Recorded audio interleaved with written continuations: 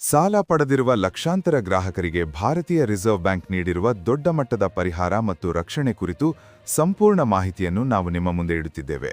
ವಿಶೇಷವಾಗಿ ಪ್ರವಾಹ, ಭೂಕುಸಿತ, ಭಾರೀ ಮಳೆ, ಚಂಡಮಾರುತ, ಬರದಂಥ ನೈಸರ್ಗಿಕ ವಿಕೋಪಗಳಿಂದ ಸಂಕಷ್ಟಕ್ಕೆ ಸಿಲುಕುವ ಜನರಿಗೆ ಈ ಹೊಸ ಮಾರ್ಗಸೂಚಿಗಳು ಹೇಗೆ ಸಹಾಯ ಮಾಡುತ್ತವೆ ಎಂಬುದನ್ನು ಈ ವಿಡಿಯೋದಲ್ಲಿ ಹಂತ-ಹಂತವಾಗಿ ವಿವರಿಸುತ್ತೇವೆ.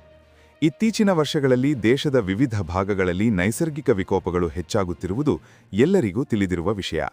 ಅಕಾಲಿಕ ಮಳೆ, ಪ್ರವಾಹ, ಭೂಕುಸಿತ, ಚಂಡಮಾರುತ ಮತ್ತು ಬರದಿಂದಾಗಿ ಲಕ್ಷಾಂತರ ಕುಟುಂಬಗಳ ಜೀವನ ಸಂಪೂರ್ಣವಾಗಿ ಅಸ್ತವ್ಯಸ್ತವಾಗಿದೆ. ಇಂಥ ಸಂದರ್ಭದಲ್ಲಿ ಜನರ ಆದಾಯ ಮೂಲವೇ ಸ್ಥಗಿತಗೊಂಡು ಬ್ಯಾಂಕ್ ಸಾಲಗಳ ಮರುಪಾವತಿ ದೊಡ್ಡ ತಲೆನೋವಾಗುತ್ತದೆ. ತಿಂಗಳಿಗೆ ಕಟ್ಟಬೇಕಾದ ಇಎಂಐಗಳು, ಬಡ್ಡಿ, ದಂಡಗಳು ಮತ್ತು ಕ್ರೆಡಿಟ್ ಸ್ಕೋರ್ ಕುಸಿತದ ಭಯದಿಂದ ಅನೇಕರು ಮಾನಸಿಕ ಒತ್ತಡಕ್ಕೆ ಒಳಗಾಗುತ್ತಾರೆ. ಈ ಹಿನ್ನೆಲೆಯಲ್ಲಿ ಭಾರತೀಯ ರಿಸರ್ವ್ ಬ್ಯಾಂಕ್ ಇದೀಗ ಸಾಲಗಾರರಿಗೆ ದೊಡ್ಡ ಮಟ್ಟದ ರಿಲೀಫ್ ನೀಡುವ ಉದ್ದೇಶದಿಂದ ಹೊಸ ಮಾರ್ಗಸೂಚಿಗಳನ್ನು ಬಿಡುಗಡೆ ಮಾಡಿದೆ. ಭಾರತೀಯ ರಿಸರ್ವ್ ಬ್ಯಾಂಕ್ ಸ್ಪಷ್ಟವಾಗಿ ಹೇಳಿರುವಂತೆ, ನೈಸರ್ಗಿಕ ವಿಕೋಪಗಳಿಂದ ನೇರವಾಗಿ ಅಥವಾ ಪರೋಕ್ಷವಾಗಿ ಆದಾಯ ಕಳೆದುಕೊಂಡ ಗ್ರಾಹಕರಿಗೆ ಬ್ಯಾಂಕ್ಗಳು ಮಾನವೀಯ ದೃಷ್ಟಿಯಿಂದ ವರ್ತಿಸಬೇಕು. ಕೇವಲ ನಿಯಮಗಳ ಹೆಸರಿನಲ್ಲಿ ಸಾಲಗಾರರನ್ನು ಡಿಫಾಲ್ಟರ್ಗಳನ್ನಾಗಿ ಮಾಡಬಾರದು ಎಂಬುದು ಆರ್ಬಿಐನ ಮೂಲ ಉದ್ದೇಶವಾಗಿದೆ. ಈ ಹೊಸ ಮಾರ್ಗಸೂಚಿಗಳ ಮೂಲಕ ಸಂಕಷ್ಟದ ಸಮಯದಲ್ಲಿ ಜನರು ಆರ್ಥಿಕವಾಗಿ ಉಸಿರಾಡುವಂತಾಗಲಿ ಎಂಬ ಸಂದೇಶವನ್ನು ಕೇಂದ್ರ ಬ್ಯಾಂಕ್ ನೀಡಿದೆ. ಮೊದಲು ಈ ಹೊಸ ಮಾರ್ಗಸೂಚಿಗಳ ಹಿನ್ನೆಲೆಯನ್ನು ಅರ್ಥಮಾಡಿಕೊಳ್ಳೋಣ.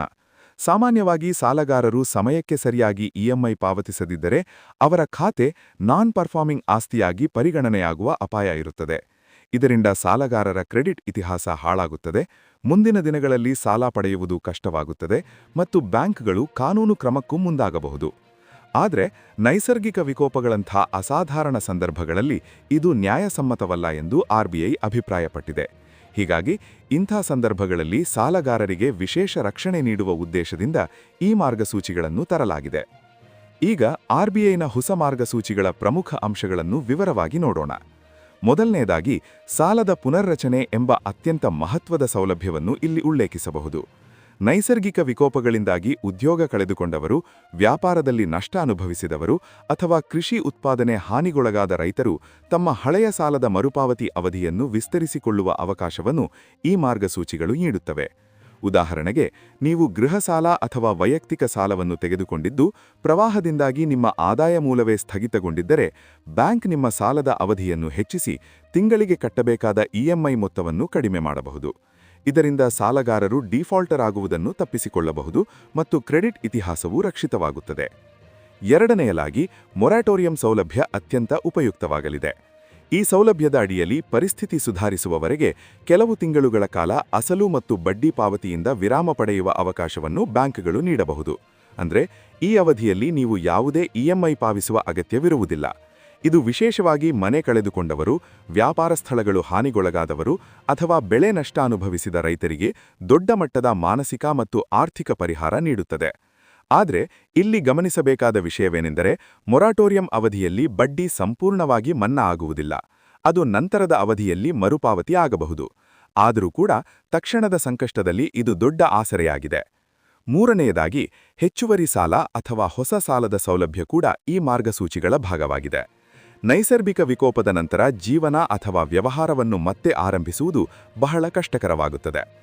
ಮನೆ, ಅಂಗಡಿ, ಕೃಷಿ ಉಪಕರಣಗಳು ಅಥವಾ ವಾಹನಗಳು ಹಾನಿಗೊಳಗಾದರೆ ಅವುಗಳನ್ನು ಮರುನಿರ್ಮಿಸಲು ಅಥವಾ ಬದಲಾಯಿಸಲು ಹಣಕಾಸಿನ ಅಗತ್ಯ ಉಂಟಾಗುತ್ತದೆ.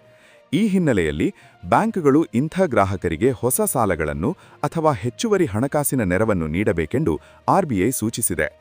ಇದು ಸಂಕಷ್ಟದಿಂದ ಹೊರಬರುವ ಪ್ರಕ್ರಿಯೆಯನ್ನು ವೇಗಪಡಿಸುತ್ತದೆ. ನಾಲ್ಕನೆಯದಾಗಿ, ಬಡ್ಡಿ ದರದಲ್ಲಿ ರಿಯಾಯಿತಿ ಎಂಬ ಅಂಶವೂ ಈ ಮಾರ್ಗಸೂಚಿಗಳಲ್ಲಿದೆ.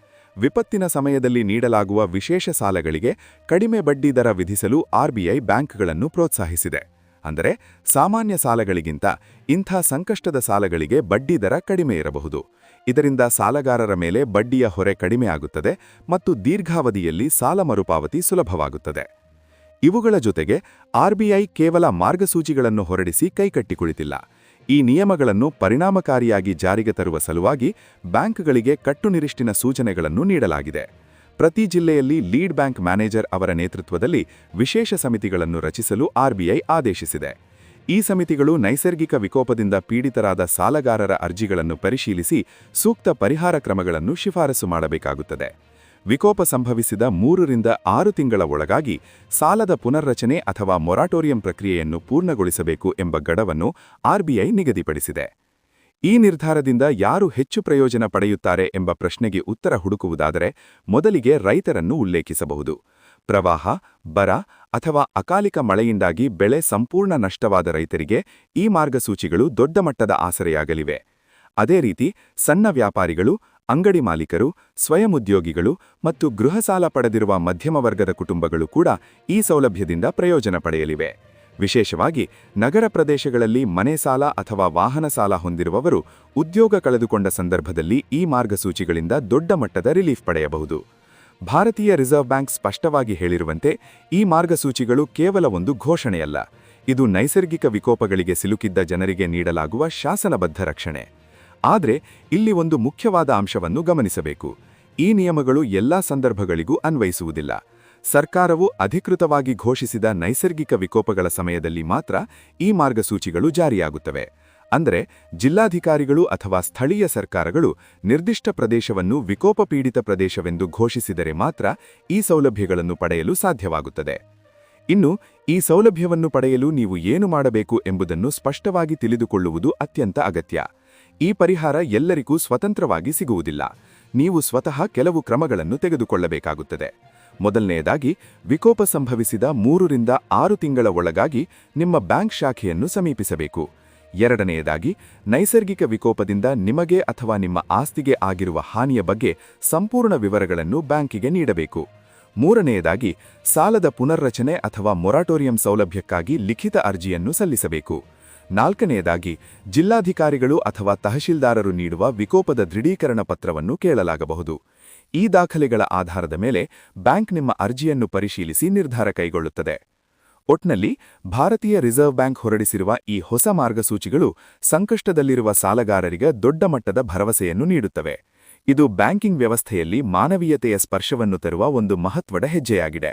ಸಂಕಷ್ಟದ ಸಮಯದಲ್ಲಿ ಜನರನ್ನು ಕೇವಲ ಸಂಖ್ಯೆಗಳಂತೆ ನೋಡುವುದಕ್ಕಿಂತ ಅವರ ಪರಿಸ್ಥಿತಿಯನ್ನು ಅರ್ಥಮಾಡಿಕೊಂಡು ನೆರವಾಗಬೇಕು ಎಂಬ ಸಂದೇಶವನ್ನು ಆರ್ಬಿಐ ಸ್ಪಷ್ಟವಾಗಿ ನೀಡಿದೆ. ಇಂಥ ಪ್ರಮುಖ ಬ್ಯಾಂಕಿಂಗ್ ನಿಯಮಗಳು, ಸಾಲ, ಹಣಕಾಸು ಮತ್ತು ಗ್ರಾಹಕರ ಹಕ್ಕುಗಳಿಗೆ ಸಂಬಂಧಿಸಿದ ಎಲ್ಲ ಅಪ್ಡೇಟ್ಗಳನ್ನು ನಿಖರವಾಗಿ ಮತ್ತು ವಿವರವಾಗಿ ನಿಮ್ಮ ಮುಂದೆ ತಲುಪಿಸುವುದೇ ನ್ಯೂಸ್ ಫಾರ್ ಕರ್ನಾಟಕದ ಉದ್ದೇಶ. ಮುಂದಿನ ದಿನಗಳಲ್ಲಿ ಬ್ಯಾಂಕ್ಗಳಿಗೆ ಸಂಬಂಧಿಸಿದ ಇನ್ನಷ್ಟು ಮಹತ್ವದ ನಿರ್ಧಾರಗಳು ಮತ್ತು ಜನಪರ ನಿಯಮಗಳ ಬಗ್ಗೆ ನಾವು ನಿಮಗೆ ನಿರಂತರವಾಗಿ ಮಾಹಿತಿ ನೀಡುತ್ತೇವೆ. ಈ ಮಾಹಿತಿ ನಿಮಗೆ ಉಪಯುಕ್ತವಾಗಿದೆ ಎಂದು ನಾವು ಭಾವಿಸುತ್ತೇವೆ. ಈ ವಿಡಿಯೋವನ್ನು ನಿಮ್ಮ ಸ್ನೇಹಿತರು, ಫ್ಯಾಮಿಲಿ ಮೆಂಬರ್ಸ್ ಮತ್ತು ಸಾಲ ಪಡೆದಿರುವ ಪರಿಚಿತರೊಂದಿಗೆ ಹಂಚಿಕೊಳ್ಳಿ. ಅವರು ಕೂಡ ಈ ಸೌಲಭ್ಯಗಳ ಬಗ್ಗೆ ತಿಳಿದುಕೊಳ್ಳಲಿ. ಇನ್ನಷ್ಟು ಬ್ರೇಕಿಂಗ್ ನ್ಯೂಸ್ ಮತ್ತು ನಿಖರ ಮಾಹಿತಿಗಾಗಿ ನ್ಯೂಸ್ ಫಾರ್ ಕರ್ನಾಟಕ ಜೊತೆ ಸದಾ ಇರಿ. ಧನ್ಯವಾದಗಳು.